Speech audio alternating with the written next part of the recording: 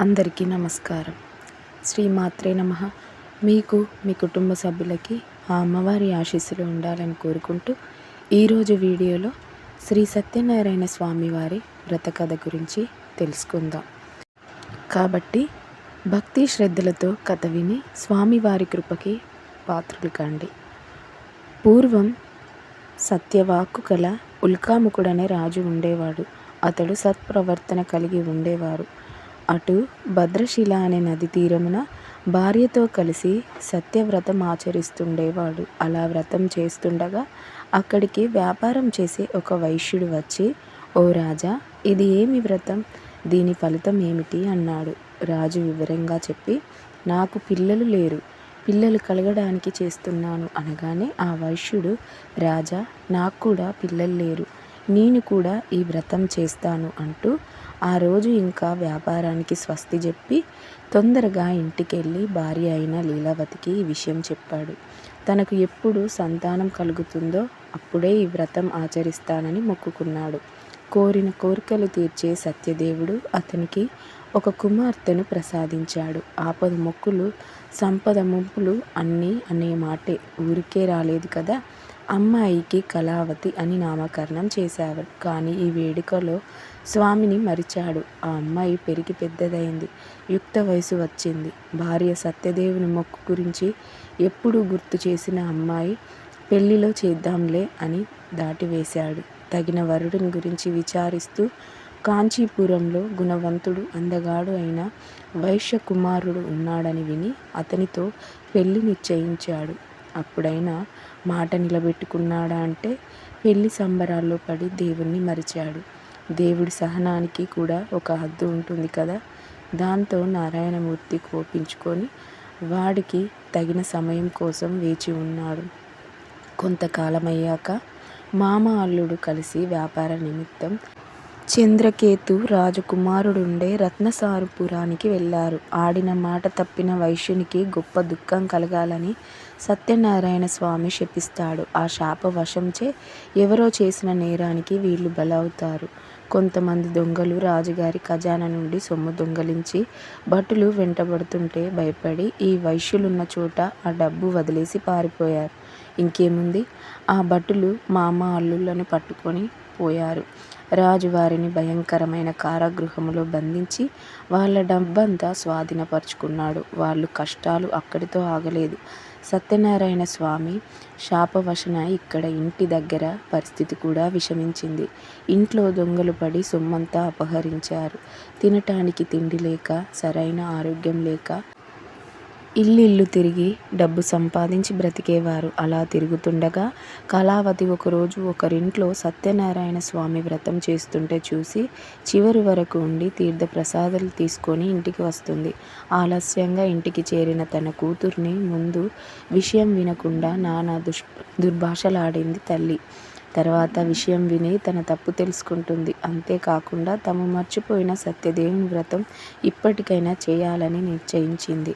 భర్త అల్లుడి రాక కోసం ఆగకుండా వెంటనే బంధుమిత్రులతో కూడి ఆ వ్రతం నిష్ఠగా చేసి భక్తిగా దేవుణ్ణి వేడుకుంది. తన భర్తను, అల్లుడిని క్షేమంగా ఇంటికి చేర్చమని కోరుకుంటుంది. పశ్చాత్తాపానికి మించిన శిక్ష లేదని లీలావతి పశ్చాత్తాపానికి, భక్తి శ్రద్ధలకు కరిగిన సత్యదేవుడు వెంటనే తగిన చర్య తీసుకున్నాడు. సత్యదేవుడు చంద్రకేతు మహారాజు కలలో కనిపించి ఆ వైశ్యులు అమాయకులని, వాళ్ళని విడుదల చేసి వాళ్ళ డబ్బులు వాళ్ళకిమ్మని, అలా చేయని పక్షంలో అతనికి రాజ్య నష్టం, పుత్రశోకం, ధన నష్టం కలుగుతుందని చెప్తాడు. సత్యదేవుడు కోరిన రీతిగానే ఆ రాజు మర్నాడు నిండు కొలుపులో తన స్వప్న వృత్తాంతం చెప్పి ఆ వైశ్యులను చెర నుండి విడిపించాడు. ఆ వైశ్యులకు ఇంకా భయం లేదని, దైవవశం వలన ఈ దుఃఖం కలిగిందని చెప్పి వాళ్ళకి స్నానాపనాదులు చేయించి మంచి బట్టలు ఇచ్చి వాళ్ళకి రెట్టింపు డబ్బు ఇచ్చి వెళ్ళమని ఆశీర్వదించి పంపాడు. తృతీయ అధ్యాయం సమాప్తం. చతుర్థ అధ్యాయం ప్రారంభం. రాజు వద్ద సెలవు తీసుకొని వైశ్యులు తమ ఊరికి తిరుగు ప్రయాణం చేస్తున్నారు. వాళ్ళకి పరీక్షించడానికి సత్యనారాయణ స్వామి త్రిదండి సన్యాసి వేషధారి అయి వచ్చి, "మీ ఓడలో ఏమి ఉందని" అడిగాడు. వైద్యులు ఈ సన్యాసిని లెక్క చేయగా పొగరుగా, ఓ దండి, ఏముంటే నీకెందుకు, దొంగలించడానికి వచ్చావా, ఆకులు అలుమలు తప్ప ఏమీ లేవు పొమ్మని పరిహాసాలాడారు. తథాస్తు అని అంతర్ధానమయ్యాడు. దండి వెళ్ళిన తర్వాత వైశ్యుడు లేచి ఓడకేసి చూడగా అతను పలికినట్లే ఆకులు అలుమలు తప్ప ఏమీ లేకపోవడంతో మూర్ఛపోయినంత పనైంది. దుఃఖించసాగాడు. అల్లుడు వెంటనే, మామ, ఇది ఆ త్రిదండి శాపమే. ఆయన చూస్తే సర్వశక్తి సంపన్నుడుగా ఉన్నాడు. ఎలాగైనా అతని వద్దకు పోయి వేడుకుందాం పదండి అన్నాడు. అలాగే మామ అల్లుడు త్రిదండిని వెతుకుతూ వెళ్ళి ఆయన్ని చూసి వినయంగా ఆయన ముందు మోకరిల్లి తెలియక చేసిన అపరాధాన్ని మన్నించండి అని పదే పదే వేడుకున్నారు. అప్పుడు ఆ త్రిదండి, బాధపడకు, నువ్వు నీ మాటనుల్లంఘించావు, నా పూజకు విముఖుడయ్యావు, అందుకే నీకు మాటి మాటికి దుఃఖం కలుగుతుంది అన్నాడు. అప్పుడు జ్ఞానోదయమైన వైశ్యుడు వెంటనే దేవదేవుడినిలా కీర్తించాడు. ఓ నారాయణమూర్తి, బ్రహ్మాది సమస్త దేవతలే మాయామోహితులై ఒక్కసారి నీ గొప్పతనంను గుర్తించలేరు. మూఢునగు నేనెలా తెలుసుకోగలను? కావున ఆగ్రహించగా ప్రసన్నుడవు కమ్ము. నా శక్తి కొలది నిన్ను ప్రార్థిస్తున్నాను. నాకు నా ధనం తిరిగి ప్రసాదించు స్వామి అన్న ప్రార్థనకు ప్రసన్నుడైన ఆ దేవదేవుడు వారి కోరిక నెరవేర్చాడు. మళ్ళీ ధనంతో నిండిన ఓడతో తిరుగు ప్రయాణం కట్టాడు. తన ఊరు సమీపించగానే వాళ్ళు వస్తున్న వార్త చెప్పమని తన ముఖ్య భటుడికి పంపాడు. అదే సమయంలో ఇక్కడ కళావతి, లీలావతి, సత్యనారాయణ స్వామి పూజ చేస్తున్నారు. అది చివర్లో ఉంది. ఆ సంతోష వార్త విన్న వెంటనే తల్లి పూజ ముగించి కళావతిని రమ్మని తాను ముందుగా వెళ్తుంది. భర్త క్షేమంగా వచ్చాడన్న సంతోషంలో కళావతి తీర్థ ప్రసాదాలు తీసుకోకుండానే ఒడ్డుకు పరిగెత్తుకొచ్చింది. అది చూసి ఆగ్రహించిన సత్యనారాయణ స్వామి వైశ్యుడు ఓడ దిగగానే అల్లుడు ధనంతో ఉన్న ఓడ మునిగిపోయేలా చేశాడు. కళావతి భర్త కనబడకపోవడంతో ఎంతో దుఃఖించింది. ఆమె దురావస్థ చూసి తండ్రి, బంధువులు అందరూ చాలా బాధపడ్డారు. లీలావతి భర్తను చూసి, ఓ స్వామి, ఇది అంతా ఆ భగవంతుని మాయ, ఆ నారాయణుని యొక్క మాయని తెలుసుకొన శక్తులెవరు అని విలపించింది. కళావతి తన భర్తతో సహగమనం చేయడానికి ఉద్యుక్తురాలైంది.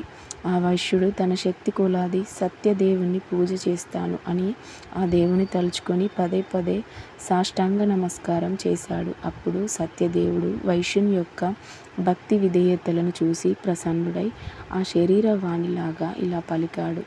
సాధు, నీ కుమార్తె నా ప్రసాదమును తినకుండా భర్తను చూడటానికి పరిగెత్తుకు వచ్చింది. అందుకే ఇలా జరిగింది. ఇప్పుడు ఇంటికి పోయి ప్రసాదం తిని వస్తే అంతా సవ్యంగా జరుగుతుంది. కళావతి అలాగే చేసింది. ఆమె భర్త నవ్వుతూ ఒడ్డుకు చేరాడు. అక్కడికక్కడే అప్పటికప్పుడే ఆ వైశ్యుడు సత్యదేవుని పూజ చేసి ఆ తర్వాతే ఇంటికి వెళ్ళాడు. అప్పట్నుంచి ప్రతి పౌర్ణమికి, సంక్రాంతికి ఈ వ్రతం ఆచరించి ఇహపర సుఖములు పొందారు. చతుర్థాధ్యాయం సమాప్తం. పంచమ అధ్యాయం ప్రారంభం. ప్రజారాజకంగా పాలించే తుంగధ్వజుడనే రాజు ఒకడు కలడు. ఒకసారి అతను వేటకు పోయి బాగా అలసి ఒక చెట్టు కింద సేద తీరుతున్నాడు. అక్కడ అదే చెట్టు వద్ద గోపకులు ఎంతో భక్తితో సత్యనారాయణ పూజ చేసి ఆ తర్వాత రాజుగారికి భక్తి శ్రద్ధలతో ప్రసాదం తీసుకొని వచ్చి ఇచ్చారు. వారు హీన కులస్తులని వారు ఇచ్చిన ప్రసాదం భుజించడం ఇష్టం లేక రాజు అది తినకుండానే తన రాజ్యానికి వెళ్ళిపోయాడు. అతని ధిక్కారానికి శిక్షగా అతని 9 కొడుకులు మరణించారు. ధనధాన్యములు అన్నీ నశించాయి. రాజు తన సత్యదేవుని లెక్క చేయకపోవటం చేతనే ఇలా జరిగిందని గ్రహించి ఆ గోపకుల దగ్గరికి వెళ్ళి వాళ్లతో కలిసి సత్యదేవుని పూజించాడు. అప్పుడు అతని 9 కొడుకులను, ధనధాన్యములను తిరిగి పొందాడు. ఓ మునులారా, చూశారా? ఎవరు మిక్కిలి దుర్లభమైన ఈ సత్య పూజ చేస్తారో వారు సత్యదేవుని కృపచే ధనధాన్యాలు పొందుతారు. 4 వర్ణాలలో ఏ వర్ణం వారైనా చెయ్యొచ్చు, ఎప్పుడైనా చేయొచ్చు. పుత్రులను పొందుతారు, బంధ విముక్తి పొందుతారు, భీతుడు భయం కోల్పోతాడు, చివరికి సత్యలోకం వెళ్తారు. శౌనకాది మునులారా, ఏ వ్రతంచే మనుష్యుడు దుఃఖం నుండి ముక్తి కలవాడు అవుతాడో అట్టి సత్యనారాయణ వ్రతము మీకు చెప్పాను. ఇది కలియుగంలో విశేష ఫలప్రదం కలది. ఆ దేవుడు సత్యేశ్వరుడని, సత్యనారాయణుడని, సత్యదేవుడని కూడా చెప్తారు. సత్యదేవుడు ఆయా రూపములను ధరించి భక్తులు కోరిన కోరికలు తీర్చి సత్యరూపుడు. కావున ఓ మునీశ్వరులారా, ఈ వ్రతమును నిత్యం ఎవరు చేస్తారో, ఎవరు వింటారో వారి పాపములు సత్యదేవుని కృపచే నశించునని శౌనకాది మహామునులకు సుతుడు చెప్పాడు. శ్రీ సత్యనారాయణ స్వామి కథ సమాప్తం. శ్రీ సత్యనారాయణ స్వామికి జై. ఎవరైతే భక్తి శ్రద్ధలతో ఈ వ్రత కథను వింటారో వారికి స్వామివారి ఆశీస్సులు తప్పకుండా కలుగుతాయి.